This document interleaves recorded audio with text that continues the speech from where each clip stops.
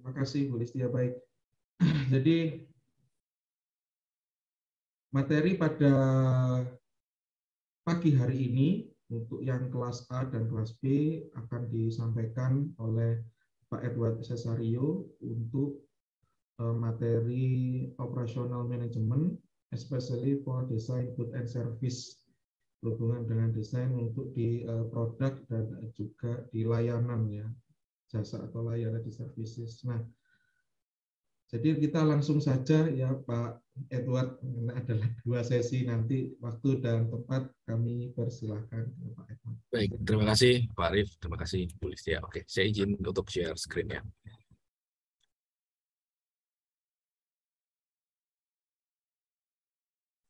Oke, apakah sudah tampak? Sudah Pak. Sudah, Pak. Oke. Ya, pagi ya semua. Jadi hari ini topiknya design good and service.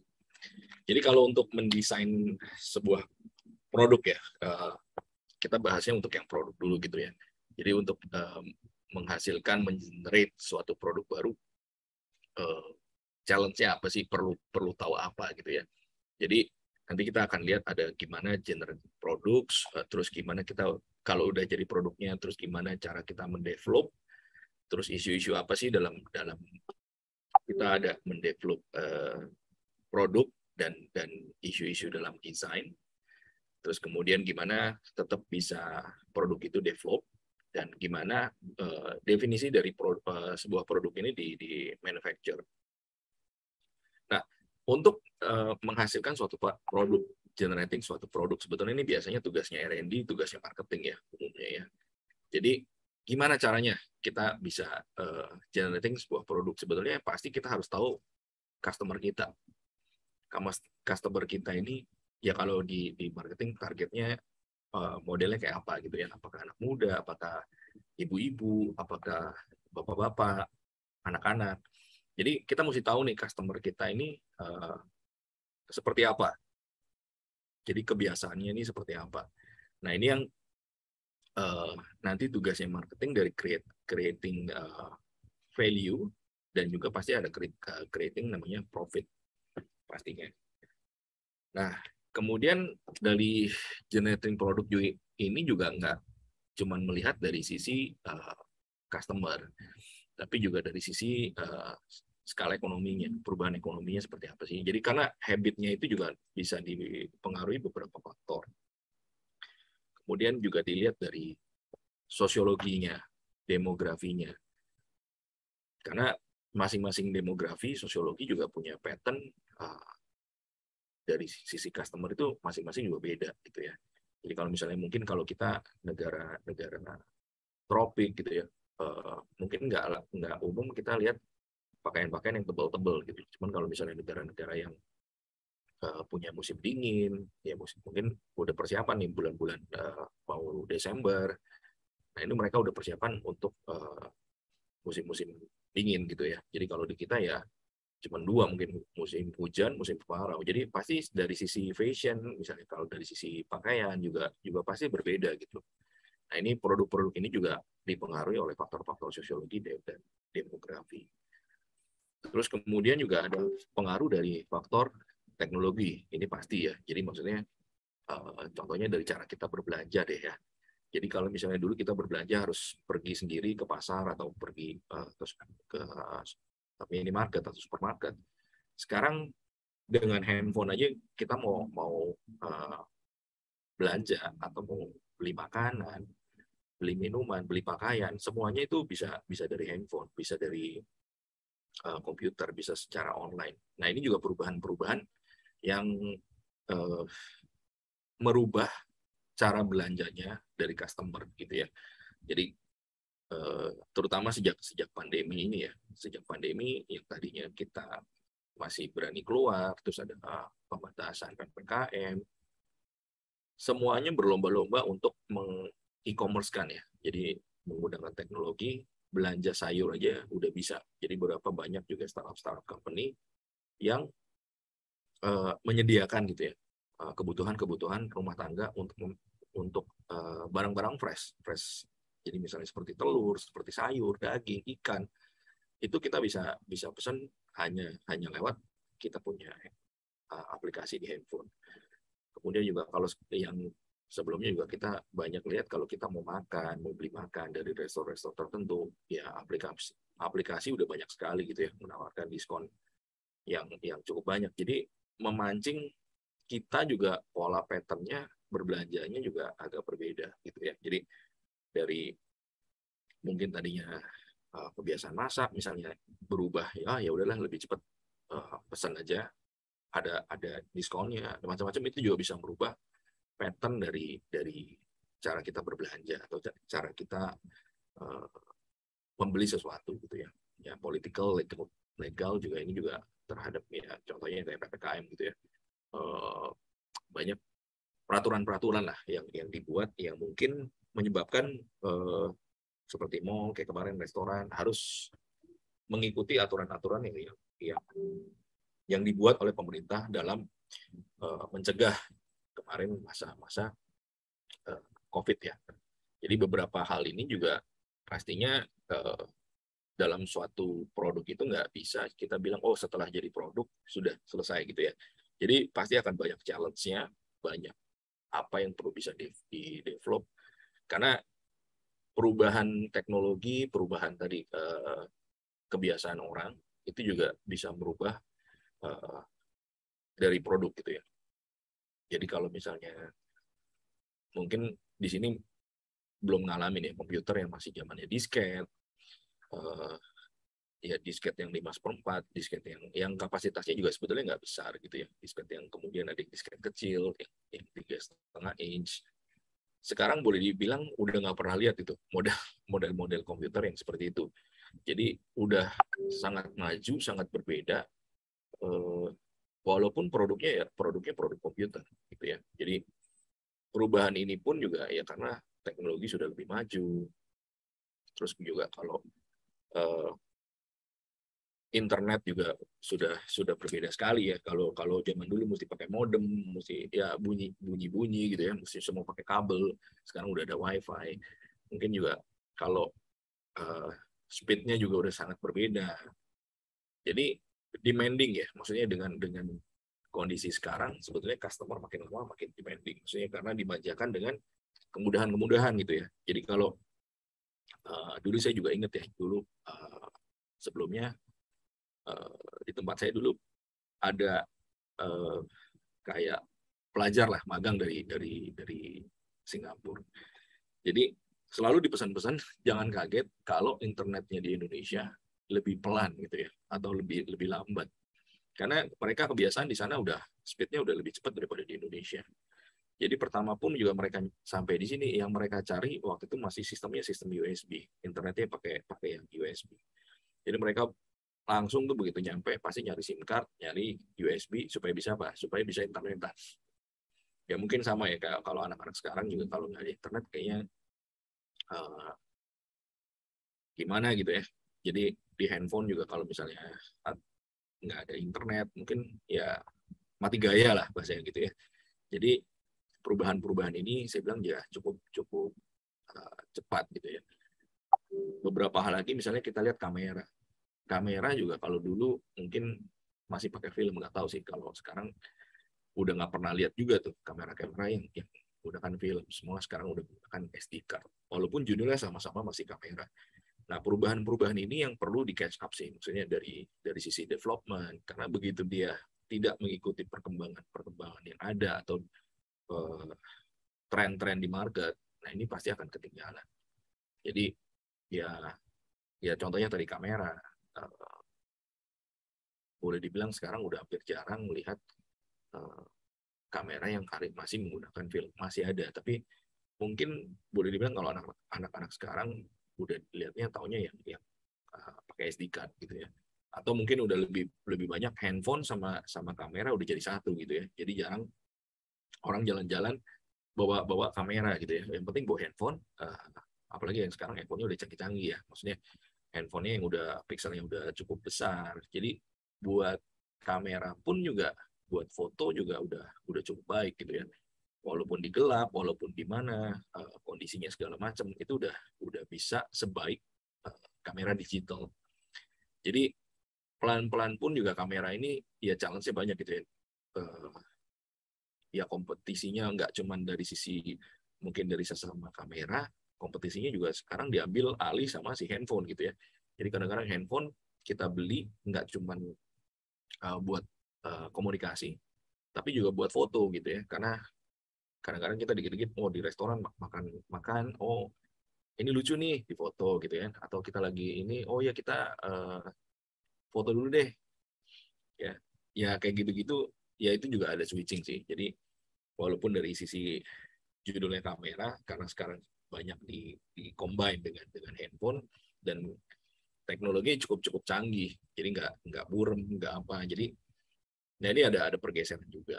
Jadi dalam membentuk suatu produk ya penting juga nanti kita melihat gimana produk ini develop, dan juga tadi ya produk itu kalau udah ya kita launch, kita nanti ada siklusnya gitu ya, seperti tadi contoh-contoh yang tadi. Nggak melulu kita bilang oh kita create suatu produk ini akan everlasting, maksudnya akan terus jalan terus gitu ya. Jadi bisa karena perubahan zaman bisa ada perubahan.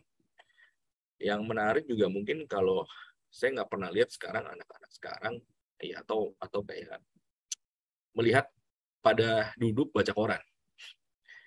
Mungkin sekarang semuanya udah digital ya, beritanya semua udah digital, jadi gampang banget kita bisa lihat dari komputer kita, dari handphone kita, mau search berita apa yang menurut kita menarik, terus kemudian kita juga bisa lihat beritanya melalui video-video, ya banyak cara-cara yang sebetulnya berubah gitu ya. Jadi cukup challenging mungkin kalau untuk kayak seperti koran, seperti majalah, itu juga pattern-nya mungkin juga berubah karena ya digitalisasi pertama, terus ya pattern konsumennya juga berubah gitu ya. Jadi kalau zaman dulu mungkin kalau saya ingat ya pasti kalau ya orang tua saya pagi-pagi ya baca koran gitu ya. Kalau nggak baca koran kayaknya ada yang kurang gitu ya. Tapi kalau zaman sekarang boleh dibilang jarang lah kita lihat pagi-pagi masih ada yang baca koran gitu ya. Jadi pasti semua di handphone, mau berita apapun, ya carinya udah tinggal, mau cari aja gitu ya, gampang. Tinggal di search, di klik, kita bisa dapetin semua berita gitu ya. Dari mau beritanya apapun juga kita bisa expand sampai semuanya boleh dibilang hampir ada gitu. Jadi perubahan-perubahan ini juga ya kita mesti bisa tahu gitu ya, bisa capture. Karena perubahan-perubahan ini ya pasti akan challenging terhadap sebuah produk. Tentang teknologi, tentang perkembangan. Nah, bagaimana ini masih menyinggung tentang strategi marketing ya. Tadi kan Pak menyinggung tentang strategi di era digital. Apabila target pasarnya Pak, segmenting, targeting, positioning, target pasarnya adalah orang orang yang tidak muda Pak ya. Maksudnya ini orang-orang tua oke, yang tidak muda gitu ya, yang susah atau mengerti mengenai sosial media Pak. Oke, bagaimana menurut Pak Edward? Ya benar sih Pak. Jadi kadang-kadang memang ya tadi ya kalau usia-usia yang nggak muda ya, mungkin kalau kita bilang mungkin yang sekarang mungkin angkatannya baby boomers ya gitu ya. Jadi before 80 gitu ya. Jadi mungkin kalau saya ngelihat misalnya orang tua saya gitu ya, megang handphone juga kadang-kadang takut gitu ya. Jadi ini memang suatu challenge. Tapi kan tadi kita lihat marketnya kita itu sebetulnya marketnya di mana. Jadi kalau kita lihat marketnya market di orang tua, kita maksain kita harus pakai aplikasi, harus pakai IG. Mungkin jadinya nggak nyambung. Ya, jadi bahasanya nggak nyambung. Jadi kalau kita punya target marketnya secara kita udah tahu, oh ini semuanya orang tua, buat orang tua.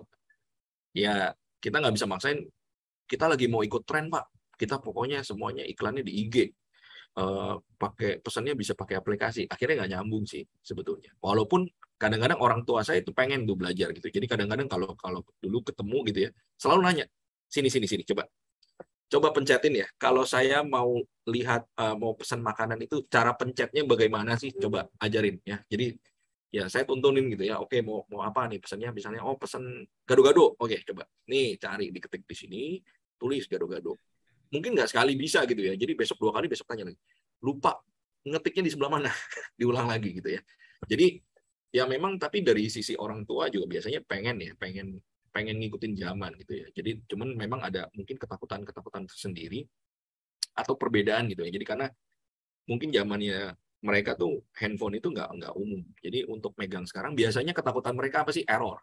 Atau ketakutan mereka apa sih? Ini kesalah pencet keluar apa ya? Terus kok malah nggak nyambung ya? Nah ini ada ketakutan dari mereka. Beda sama kalau misalnya anak saya gitu ya. Mungkin dari kecil udah biasa pegang handphone. Mau salah, mau apa, pokoknya dihajar aja terus gitu ya. Udah nggak pakai nanya, Mbak Bibu. Jadi saya bilang tadi juga perlu melihat, memang ini challenging sih. Jadi kalau event kayak kemarin kita waktu saat pandemi kita mau switch ordering ke aplikasi, ke online, ini beberapa orang juga belum tentu kita bilang bisa bisa bisa ngikutin gitu loh. Tapi memang secara majority bisa dilakukan, bisa. Jadi tetap harus melihat dari sisi kita punya target.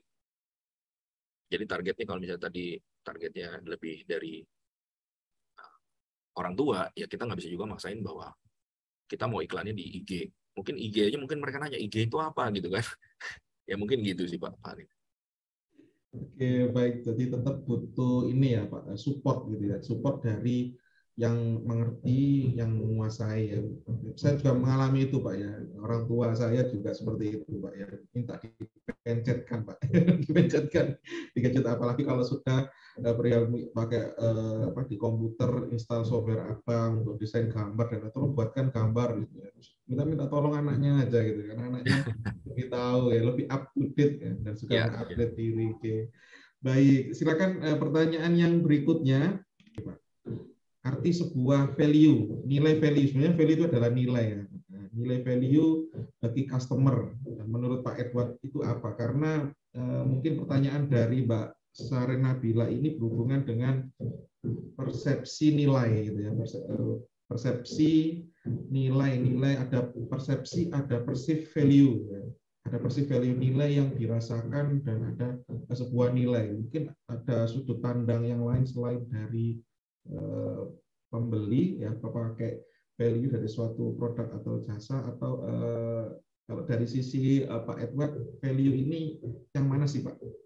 Oke. Nah ini cukup menarik sih Pak. Kalau kita bilang value, kadang-kadang kalau di marketing tuh bahasanya memang nggak cukup abstrak ya. Maksudnya gini, mereka bilang value itu kadang-kadang persepsi. Ini masalah persepsi. Jadi kalau kadang-kadang saya suka ketawa sendiri juga ya. Jadi contohnya kita misalnya ngomong suatu tas. Tas itu buat apa sih? Buat nyimpen barang. Oke, buat nyimpen barang nih. Apalagi yang ibu-ibu atau yang cewek-cewek nih ya, mahasiswi gitu ya. Kadang-kadang sekarang cowok aja bawa tas. Nah, untuk menyimpan barang. Nah, pertanyaannya, bedanya apa sih tas kresek gitu ya? Sama-sama tas nih, judulnya tas kresek, sama tas kalau misalnya buat ke kampus, sama tas branded gitu ya, yang mungkin yang ya nyebutnya aja susah gitu ya. Mau huruf H, mau huruf LV atau apa gitu ya. Bedanya apa sama-sama tas? Tapi harganya juga beda tadi. Kenapa?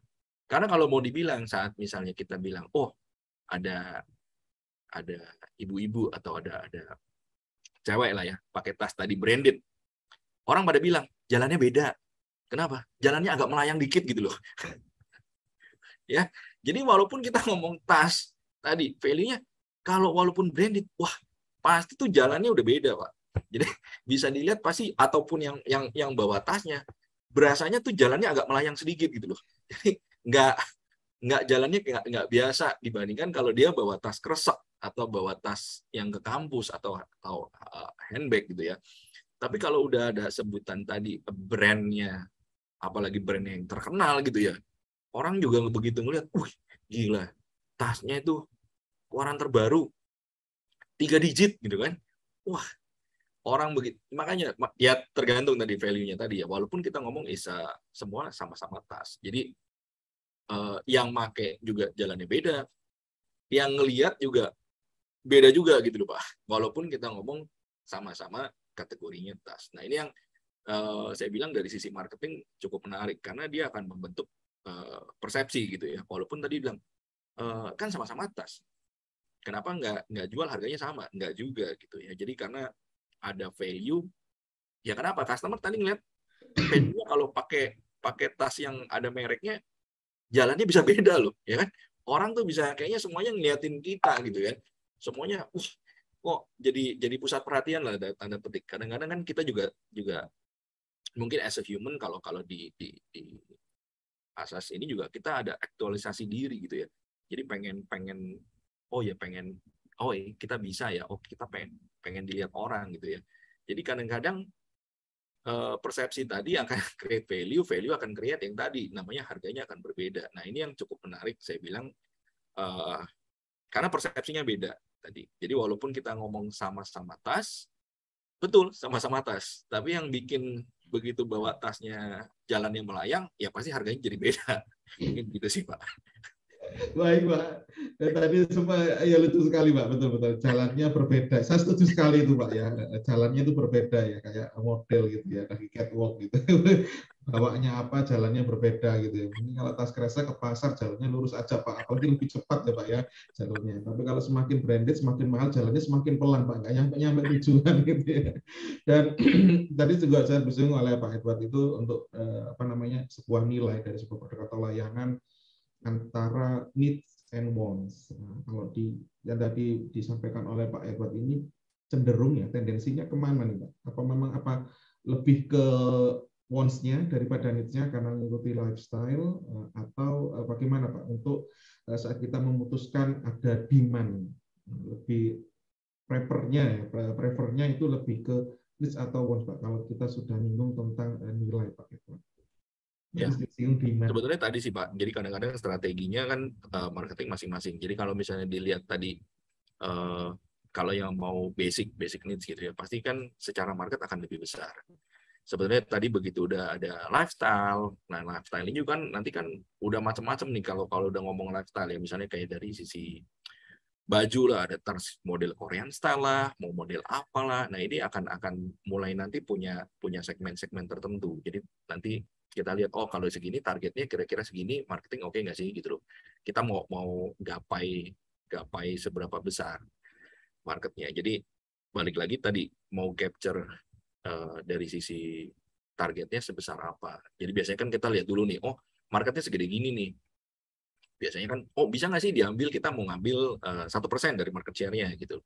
Jadi biasanya kita ada studi juga, kita mau ngambilnya market apa gitu. Jadi nggak selalu kita bilang, kita biasanya mau yang ambil yang paling gede. Bisa juga mungkin ada yang ngambil market yang tadi ya, yang dari sisi yang lifestyle, dari sisi yang niche market atau yang tertentu, ya itu bisa juga sih Pak. Jadi kadang-kadang saya juga dulu cukup menarik, misalnya ada minuman yang anti kolesterol gitu ya. Sebetulnya dibilang minuman ya minuman, tapi dia bisa mau cuman anti kolesterol gitu, atau bisa menurunkan kolesterol, membantu menurunkan kolesterol. Kayak gitu-gitu juga sebetulnya marketnya dibilang besar, sebetulnya enggak. Tapi ada yang mau main, ada Pak. Nggak dibilang, kita bilang, semuanya nggak mau main. Bisa juga sih Pak. Jadi tergantung dari sisi marketing mau targetingnya kemana gitu. Karena very unik masing-masing gitu sih Pak. Oke, baik. Terima kasih Pak sudah mengingatkan pada kami semua bahwa yang kami pelajari di kampus itu juga diterapkan di dunia kerja, di dunia strategi, di dunia nyata ya Pak ya. Itu adalah tentang market share Pak. Kadang-kadang kita selalu salah dalam mengartikan market share. Market share itu apa sih gitu? Kalau kita produknya itu adalah tas, maka market Anda itu hanya di tas-tas aja. Di dalam tas-tas itu sudah ada berapa merek, berapa segmen yang antara yang branded, ada yang tidak branded itu berapa persennya. Jadi market share itu adalah dengan kompetitornya aja dengan satu segmen yang sama. Seperti itu ya Pak Edward ya. Iya. Jadi banyak yang bingung market share itu apa sih gitu. Sering ketemu dengan orang market share itu bingung. Jadi dengan kompetitornya dengan segmen yang sama. Ya, dengan segmen yang sama. Baik, ada materi selanjutnya Pak Edward? Boleh. Ya mungkin kalau tadi saya agak nambah dikit ya. Sebetulnya kalau mau paling gampang lihat market share, kalau kita datang ke minimarket Pak. Datang ke minimarket, kalau kita misalnya ke produk snack lah, misalnya produk wafer. Sebetulnya itu bisa kelihatan. Kelihatannya dari mana? Kalau yang udah high level, biasanya itu yang laku-laku Pak. Nah nanti kalau yang udah ke bawah, nanti makin lihat. High level juga biasanya susunannya, ada 10 pajangan gitu ya. Nanti yang di bawah-bawah cuma satu. sebenarnya secara kasat mata aja ya kita bisa lihat, oh yang ini nih biasanya panglaku nih. Kenapa? Karena biasanya ditaruh eye level. Jadi biasanya juga kalau dari sisi minimarket mereka ada namanya plano, mereka taruh tuh yang istilahnya sering terjual atau sering dicari orang, biasanya taruhnya di eye level gitu ya. Jadi yang begitu mata ngeliat, oh ini produknya wafer Tenggo misalnya, atau misalnya minumannya, oh ini produknya apa gitu. Jadi itu juga bisa sih kalau ya memang kasar banget sih, nggak bisa bilang oh ini berapa persen gitu ya, nggak juga. Tapi kita bisa lihat, oh ini megang nih si produk ini semuanya ada di eye level. Terus kalau misalnya yang kita lihat nih nanti produk-produk yang kecil-kecilnya ada di sebelah bawah-bawahnya. Ini yang kelihatan sebetulnya secara gambaran kasar ya, itu juga bisa melihat gitu loh Pak. Oke. Saya lanjut lagi untuk ke Baik Pak, ini cerita jadi mirip seperti ini ya Pak ya. Contoh sederhananya di high level bagi rekan mahasiswa ya disampaikan oleh Pak Edward, itu contoh sederhananya lagi itu adalah satu rak itu ya. Itu minumannya berbagai varian dan mereka adalah saling kompetitornya. Dan harganya pun mereka memutuskan ini sama-sama dari suatu produsen, tapi produknya kok bisa dipisah raknya ya. Dia disampingkan dengan kompetitornya itu karena dia mengklaster gitu ya, mengklaster dari harga misalnya nih ya, ada minuman yang dari harga 3.000 sampai dengan 10.000, dengan harga 11.000 sampai dengan 20.000 lah. Harga berdasarkan klaster harga ini, maka dia akan ditaruh di satu rak dengan kompetitornya. Ya, jadi ada level-levelnya yang disampaikan oleh Pak Irwan tadi, ada high level, ada yang middle level, mungkin low level gitu ya Pak. Itu dia. Kalau kita di apa namanya di modern market biasanya seperti itu, di rak disampingkan dengan apa namanya kompetitornya gitu ya. Oke. betul Pak. Ya kalau mau lihat contoh konkret gitu ya, contoh konkret ya paling gampang cara ngelihatnya gitu. Cuman memang agak kasar, cuman bisa kelihatan sebetulnya oh ini yang pegang leadingnya siapa, itu paling gampang lihatnya yang di eye level sih gitu loh. Oke, Pak Alif kan ditaruh di atas ya Pak ya, sesuai dengan tinggi manusia saat dia berdiri, dia akan Betul. fokus ke atas. Itu ada benar sekali Pak, tadi Pak Irwan menyinggung tentang budaya, tapi secara fisiologis, secara postur tubuh manusia menatap itu mata lurus ke depan. Jadi kalau yang fast moving yang lebih cepat laku itu diluruskan dengan posisi mata melihat lurus gitu, karena dia nggak jarang lihat ke atas atau ke bawah, dia lurus. Secara fisiologi ya Pak ya, dari Betul Pak. Terima kasih Pak Edward. Silakan Pak juga nih Pak Edward perihal untuk yang di inventory ya Pak ya, karena saya juga pelaku bisnis juga di bidang sembako Pak ya. Jadi pengalaman nih Pak, dulu saya juga di gudang Pak. Ya, bukan hanya di kerja ini kan juga bisnis juga, pelaku bisnis juga. Jadi dulu saya pernah ngobrol Pak. Dulu saya masih belum tahu perihal ini Pak. Itu dari para helper. Mas ini saya dropping yang ngirim Pak. Dropping kan mengirim ya Pak. Dropping ngirim terus Mas ini mau di staffel berapa gitu. Saya bingung staffel itu apa. Mungkin maksudnya dari Pak Edward itu seperti tadi ya Pak ya. Dibolak-balik atau interlocking kalau misalnya istilahnya Pak. Betul ya Pak Edward ya? Susunannya Pak ya. Ya, dari bahasanya itu di staffel Pak. Jadi dibolak-balik itu. Terus saya coba tanya nih ya. Itu saat itu mengirimkan, saya nggak sebut merek, nggak berani ya. Mie instan. Itu 40 karton Pak.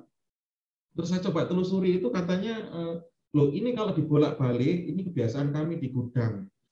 Saat ditaruh di hand pallet, tujuannya adalah untuk mengambil sisi terkuat dari karton. Karena karton sisi terkuatnya itu kan ada di samping, Pak. Yang di sudut-sudut itu, Pak ya. Itu sisi terkuatnya. Kalau di staffel atau di interlocking, dibolak-balik, itu akan sisi terlemah dari karton tersebut itu akan dikuatkan oleh sisi terkuat karton di layer bawahnya. Jadi Pak, jadi satu panjang ya Pak, itu ada sisi lebarnya itu ada 3, dan itu yang pertama Pak, tadi untuk mengoptimasikan sisi terkuat dari karton box itu yang pertama. Terus yang kedua ada, mohon dikonfirmasi Pak, mohon diklarifikasi kalau ada salah Pak. Biasanya itu karton yang di interlocking atau di staffel itu jumlahnya ganjil Pak. Biasanya staffel berapa nih? 5 atau 7, nggak jarang menyebutkan yang genap. 5, 7, 9 gitu, kalau misalnya sampai 100 gitu ya di staffel itu untuk terlopong itu. Terus ada lagi apa namanya, ada pendapat juga nih Pak, ini jadi praktisi ya Pak, tidak diajarkan di buku ya, itu adalah tentang ruang tengah Pak, di ruang tengah. Jadi tujuan dari kenapa kok harus di staffel, di interlocking, lalu jumlahnya itu ganjil per layer, terus tujuannya agar di tengah itu ada rongga udara, itu selain untuk menjaga kualitas produk, Pak, karena ada udara di situ, tetap dingin gitu ya, Pak. Dingin, ada aliran udara yang masuk, dan biasanya itu berongga-berongga, Pak.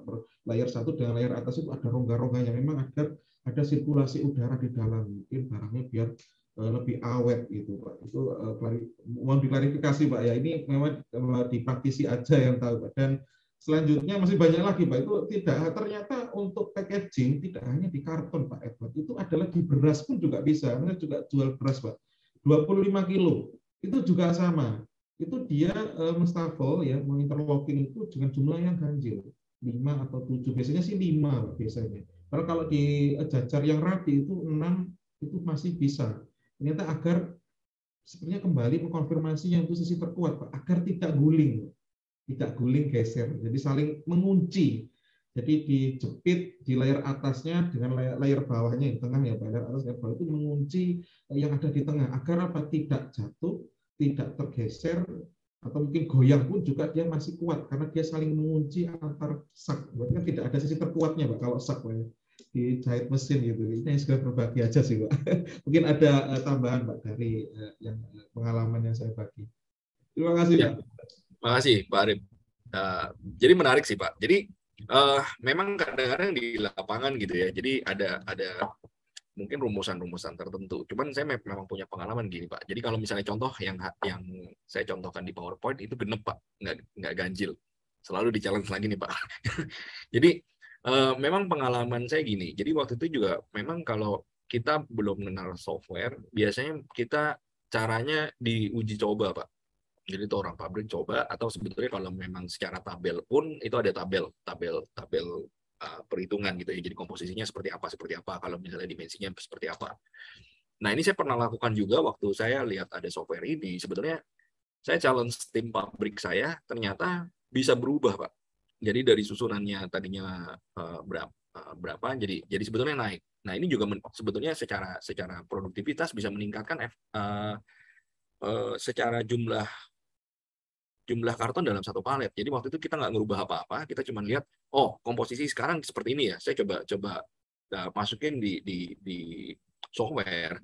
Ternyata di software ini menghitung bisa lebih banyak Pak. Jadi nggak dengan rumus misalnya tadi ganjil, misalnya harus 13, ternyata bisa 14. Nah ini sebetulnya ada improve gitu ya. Jadi kalau misalnya tadi 13 dikali 5 dibandingkan misalnya 14 dikali 5, sebetulnya secara satu paletnya, secara penyimpanannya pun, jumlah palet pun akan lebih sedikit Pak. Dari sisi produksi juga akan lebih nggak butuh banyak palet gitu ya. Jadi kalau misalnya tadi saya contoh ya 13 dikali 5 itu adalah 65. Sementara kalau tadi dengan hitungan software adalah 70. Nah kalau 70 saya bagi 65 itu udah naik sekitar 7% Pak. Tanpa merubah apa-apa gitu ya. Tanpa harus investasi, tanpa apa. Ya kita hanya melihat dari sisi susunan.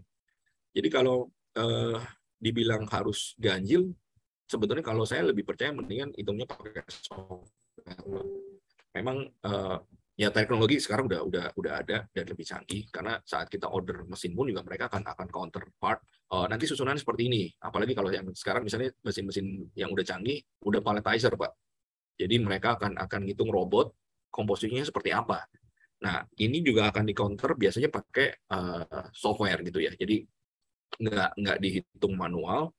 Nah challenge-nya tadi cukup menariknya karena pengalaman saya lakukan tadi, nggak melulu kita bilang oh harus ganjil. Contoh yang hari ini kita ngomong genap Pak, 14 kali 5 70, tapi kalau misalnya kita bikin ganjil ya kita bisa improve seolah-olah tanpa ada investasi kita bisa improve 7% dengan menggunakan software. Nah ini cukup menarik. Jadi pengalaman saya waktu itu juga saya naikin sekitar 8% 9% dari kapasitas warehouse gitu loh, kapasitas gudang. Dengan apa? Dengan perhitungan software. Jadi kita hitung balik apa yang sekarang existing, kita challenge gitu loh by tier-nya, apakah sesuai dengan hitungan software. Dan cukup menarik, belum tentu tadi yang kita bilang ganjil itu beneran gitu loh Pak. Jadi karena kalau software ya dengan kecanggihan teknologi sekarang bisa menghitung berbeda gitu Pak. Dan ini akan menambah kapasitas. Nah itu saya bilang, jadi kalau saya sekarang lebih percayanya sama software sih Pak. Jadi untuk menghitungnya nggak pakai tadi ilmu harus ganjil, saya lebih percaya bahwa ya kita coba masukin ke software, kita hitung hasilnya seperti apa kita evaluasi. Mungkin kalau dari saya itu Pak. Terus kalau tadi dari sisi rongga, ya nggak, sebetulnya tergantung dari produksi Pak. Jadi kalau misalnya memang kalau dari sisi produksi sebetulnya kalau dari saya sih saya nggak terlalu lihat itu sih. Jadi kadang-kadang bentuknya pun bisa ada yang rongga, bisa ada enggak sih Pak kalau dari sisi software. Dan balik lagi ya tergantung produknya sih Pak. Jadi kalau memang produknya sebetulnya itu kan udah di packing ya Pak, packing tersier. Mungkin kalau menurut saya juga dengan adanya angin, nggak ada angin sih harusnya nggak gitu masalah sih. Mungkin gitu sih Pak. Thank you Pak Arif. Oke, baik. Terima kasih Pak Edward. Jadi rekan-rekan mahasiswa yang disampaikan detail oleh Pak Edward ini kesimpulannya adalah membedakan dan memaksimalkan dua hal. Ini yang sering rekan-rekan mahasiswa itu bingung. Ini adalah efektif dan efisien. Kalau efektif tujuannya adalah tepat, fungsi efektif ya, maksud dari efektif itu adalah tepat guna, tepat tujuan, dan tepat sasaran. Ya, yang penting sesuai dengan fungsinya, gunting untuk memotong dan yang penting adalah efektif. Lalu yang kedua, yang lebih porsinya lebih tinggi disampaikan oleh Pak Edward ini adalah tentang efisiensi. Kalau bisa memasukkan produk lebih banyak, kenapa tidak? Dan Pak Edward berbasis dengan teknologi, jadi bisa memaksimalkan. Inti dari efisiensi itu adalah lebih hemat, lebih cepat. Pokoknya ada kata lebihnya, ya. Efisiensi, lebih cepat, lebih hemat. Hemat apa? Seperti tadi ada lebih hemat pemakaian palet misalnya. Kalau bisa pakai 9, mengapa harus pakai 10 palet? Karena selain makan tempat juga ada cost-nya dan juga ada biaya-biaya yang lain. Apalagi di inventory itu biasanya ada biaya penyimpanan gudang. Yang ada biaya sewa gudang. Ya kalau bukan gudangnya sendiri, gudang sewa semakin lama juga semakin mahal cost-nya gitu ya Pak Edward. Ya, banyak pertimbangan kalau di sisi pergudangan dan lain-lain. Oke, baik. Terima kasih banyak Pak Edward untuk penjelasan dari sisi praktisinya. Mohon izin ada yang mau disampaikan lagi, Pak Edward, silakan. Ya terima kasih Pak Arif, Bu Listia. Ya jadi memang ya tadi saya banyak kasih tadi di depan teori-teorinya, terus biasanya saya selalu kasih tadi ya cara perhitungan supaya saya mau ngajak ngelihat sebetulnya apa aja sih yang diperlukan gitu ya. Jadi kita belajar tadi cara ngitung ke karton box, benar-benar kita mau aplikasi gitu loh. Jadi diharapkan nggak cuma teori doang, dan sebetulnya apa sih yang terjadi di lapangan, di pekerjaan bisa benar-benar didapetin dulu gitu ya. Jadi supaya calon-calon suksesor, calon-calon leadernya ini bisa benar-benar nanti lebih siap gitu loh. Karena ya bahasanya udah dapet bocoran sih. Di depannya kayak apa sih? Nggak cuma desain itu setelah jadi produk, jadi karton box udah selesai. Nggak juga. Jadi kalau misalnya di manufacturing tadi ada mau pindah ke gudang, harus ngitung paletnya, harus ngitung ke trackingnya, itu masih banyak proses-prosesnya lagi. Ya selalu saya challenge, jangan pernah takut buat nanya gitu ya. Jadi selalu saya challenge, mumpung masih kuliah, ya jangan malu-malu bertanya gitu loh. Jadi gunain kesempatannya buat benar-benar tanya. Ya dibayangin gitu kalau misalnya kalian udah punya bisnis atau tadi kalian mau kerja di as a profesional pun, ngebayangin apa sih yang jadi challenge gitu. Jadi sangat penting buat belajar. Ya saya bilang saya juga salut nih, tadi saya bilang Pak Arif yang selalu belajar, Bu Listi juga. Ya saya pengen S2 S3 aja kadang-kadang juga aduh pasti alasannya gak ada waktu lah, nggak ada ya. Tapi sebagai orang, sebagai ya tadi sebagai produk pun juga kita harus tetap belajar gitu ya. Jadi nggak cuma berhenti setelah kuliah selesai gitu loh. Terus udah pegang S1 kelar. Karena tantangan zaman, tantangan segala macam ya perlu kita ngasah gitu. Kalau nggak tadi ya kitanya tumpul. Kalau kitanya tumpul ya kalau di Seven Habit kita nggak bisa kerja secepat dulu gitu ya. Jadi karena ketinggalan gitu ya. Ya kalau tadi contohnya orang tua dulu nggak ada handphone, sekarang zamannya handphone, kalau nggak pernah pegang ya ketinggalan. Sama, atau misalnya nggak pernah pegang Excel, nggak pernah pegang komputer, ya pasti ketinggalan. Ya sama lah, kalau saya ngelihat anak saya pun sekarang udah mereka nggak mulai pakai PowerPoint. Mereka udah pakai software yang lain gitu loh. Sementara saya waktu itu pernah suruh nyoba pun, suruh ngedit juga boleh dibilang kok jadi kudet gitu ya. Jadi ya jangan pernah berhenti belajar, jangan pernah malu bertanya, ya apalagi mumpung masih kuliah. Mungkin itu aja sih Pak Arif, Listi. Thank you. Baik, terima kasih Pak Edward. Dari Pak Edward cukup ya, dan dari Ya, saya juga thank sudah you. cukup. Arif, kami kembalikan lagi ke Bu Listia. Silakan Ibu. Siap, terima kasih Pak Arif, terima kasih banyak Pak Edward. Sebagai penutup kita foto bersama ya Pak Edward, izin dan Pak Ya, Arif. baik, Ya, Bu. Siap, Bu. baik. Teman-teman silakan on kamera sebagai tanda kehadiran teman-teman hadir sudah ini ya dari jam 8 sampai jam 10 luar biasa, walaupun malu-malu menutup kamera gitu ya. Oke, sudah on cam semua? Oke, Ibu foto ya. 1, 2, 3.